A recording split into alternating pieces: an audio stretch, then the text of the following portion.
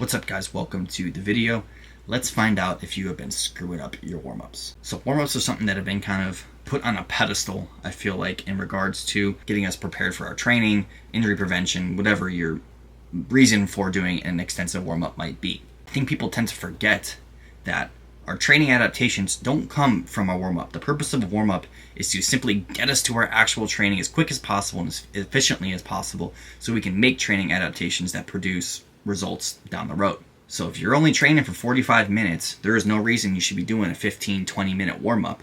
Instead, you should be spending 3, 4, 5 minutes warming up and the rest of that time training. And even if you are training for 2 hours, there's no reason to be doing a 25-minute warm-up. And if you're worried about injury prevention and things like that, wait till the end and I will discuss things that may actually play a bigger factor in reducing your risk of injury. So when it comes down to it, I have 3 methods that I use to warm up, and some of them more than others, but all 3 are very great options that you can utilize. Number 1 is be specific to the movement you are about to train. This means if you're doing barbell squats, then you walk into the gym, you go straight to the squat rack and you're squatting the empty bar, then just going straight into your feeder sets. So if your working weight for that day is 405 on back squat, maybe you do empty bar, 135, 225, 315, 365, and then bam, you are at 405. And people are like, oh, but I didn't warm up.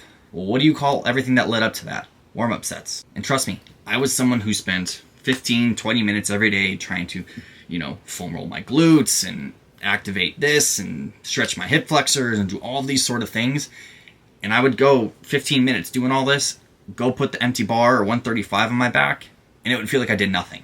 I would still go through the same amount of feeder sets, getting from, empty bar to my working weight, whether I did that whole 15-minute activation work or not. Method number 2 is one I actually did this morning, and that is prioritizing your plyometric work or your accessory work that you do at the end of your training first. So for example, this morning I walked into the gym and I wanted to leg press first, so I normally would just, start with 2 plates on each side and work my way up to 7, 8, or however many I'm doing.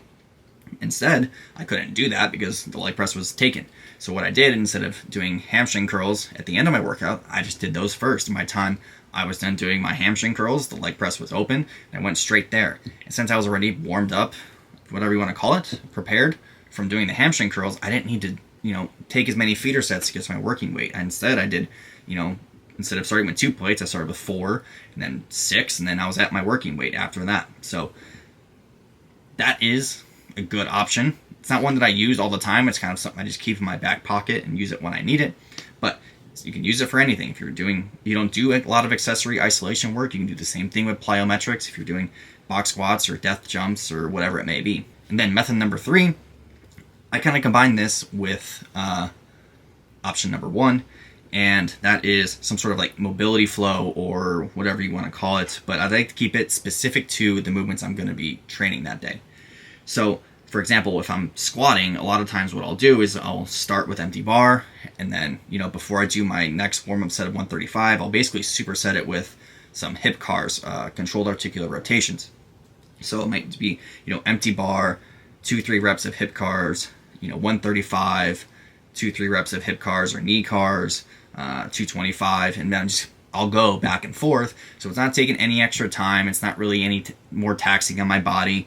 But I'm moving my joints through a full range of motion, challenging them through a full range of motion, and just makes me feel a little bit better. So I said at the beginning I would touch on warm-ups not really making a huge difference in regards to injury prevention. We get this idea that, our glutes turn off, or we mentally get ourselves in this place where we have to go through this whole ritual before we train in order to not hurt ourselves. And the reason I don't like this is that it puts us in this narrow vision of that is what's preventing us from injury, instead of the whole array of other things that play into our overall preparedness that day, such as our sleep, our nutrition, our hydration, our total training volume over the week or maybe the last couple weeks, our stress levels. All of these things play a factor in reducing the risk of injury. It doesn't just come down to if you foam rolled good enough or not, I promise. I hope that kind of sums things up, makes your warm-ups a little bit more efficient, and you can utilize one of these 3 methods or maybe all 3 of them at some point. If you have any questions, please feel free to ask. If you enjoyed this and it helped you out, please comment, like, and share it with someone. Go ahead and follow my Instagram at Alec_Tremblay. I post a lot more over there than I do over here. So thank you for watching.